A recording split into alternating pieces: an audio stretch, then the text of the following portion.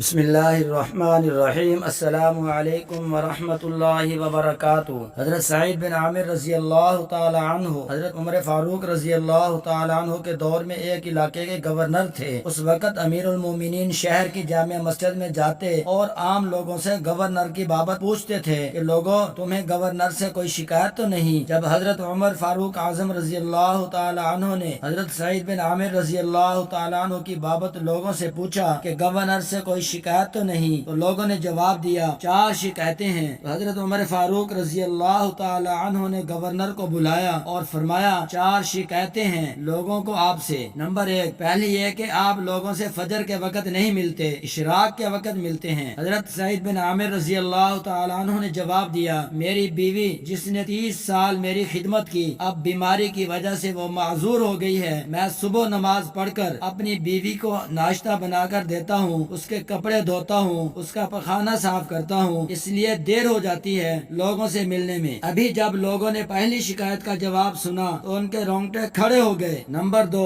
دوسری شکایت یہ ہے کہ آپ ہفتے میں 1 دن ملتے نہیں لوگوں سے۔ سعید بن عامر رضی اللہ تعالیٰ عنہ بولے میں اس کا جواب ہرگز نہ دیتا اگر پوچھنے والے آپ نہ ہوتے۔ بہرحال بتا دیتا ہوں، میں گورنر ضرور ہوں لیکن بہت غریب ہوں۔ میرے پاس یہی ایک جوڑا کپڑا ہے جسے میں ہفتے میں 1 دن دھوتا ہوں، پھر سوکھنے تک میں اپنی بیوی کے کپڑے پہنتا ہوں، اس لیے لوگوں کے سامنے نہیں آتا۔ اس دن یہ سن کر حضرت عمر فاروق رضی اللہ تعالیٰ عنہ رونے لگے اور سعید بن عامر رضی اللہ تعالیٰ عنہ کے بھی آنسو جاری ہو گئے۔ نمبر 3، تیسری شکایت یہ ہے کہ آپ رات کو ملتے نہیں۔ سعید بن عامر رضی اللہ تعالیٰ عنہ بولے سارا دن مخلوق کی خدمت کرتا ہوں، میری داڑھی سفید ہو چکی ہے، مطلب یہ کہ کسی وقت بھی مالک کا بلاوا آ سکتا ہے، اس لیے پوری رات اس رب ذوالجلال کی عبادت کرتا ہوں کہ کہیں حشر کے دن کو رسوا نہ ہو جاؤں۔ نمبر 4، چوتھی شکایت ان لوگوں کو یہ ہے کہ آپ بے ہوش کیوں ہو جاتے ہیں۔ سعید بن عامر رضی اللہ تعالیٰ عنہ بولے میں 40 سال کی عمر میں مسلمان ہوا، 40 سالوں کے گناہ یاد کر کے روتا ہوں، کیا پتا